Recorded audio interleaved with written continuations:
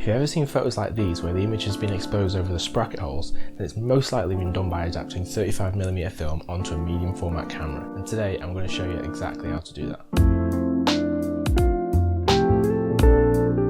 First, you're going to need a few things. Two main obvious ones, a medium format camera and a roll of 35mm film.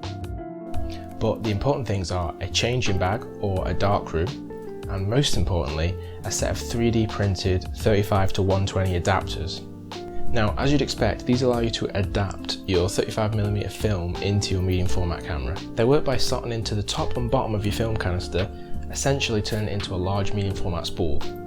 Now, if you have access to a 3D printer at home, you can download the STL file in the description and print it yourself. However, if you don't have access to a 3D printing robot that will eventually take over the world and enslave humanity, then you're in luck, because they're reasonably cheap to buy and quite readily available from a bunch of different online stores. I'll leave a bunch of links in the description below if you want to check them out after the video. Now it's time to load the film.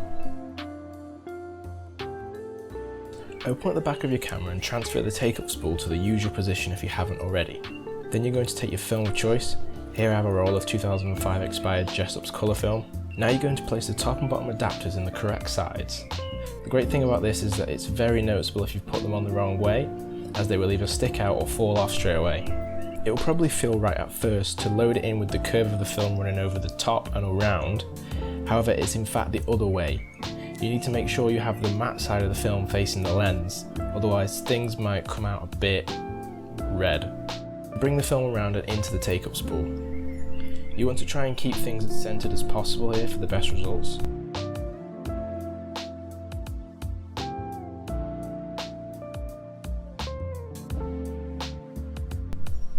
Close up the back of your camera and now you're finally ready to shoot.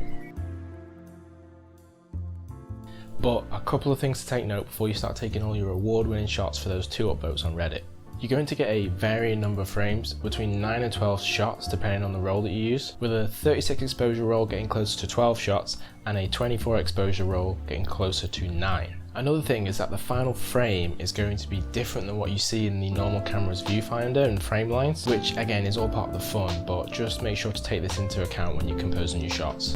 You also need to remember that unlike 120 film, 35mm film stays attached to the canister, so be careful when you reach the end of the roll as to not snap it off the canister, because that would be bad.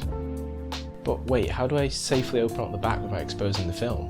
Well, this is where the changing bag comes in. You're going to need to take your film back and open it up in either a changing bag or a pitch black room.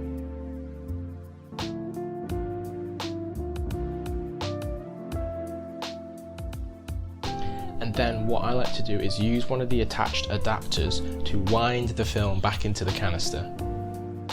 Once you've done that, you'll be ready to send it off to get developed or to develop it at home.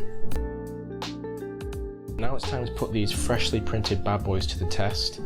Let's go on a photo walk.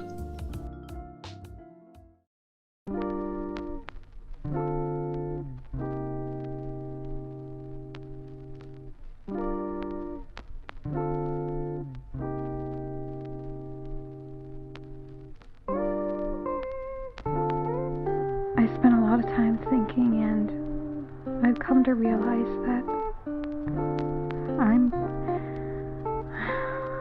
just not good for you.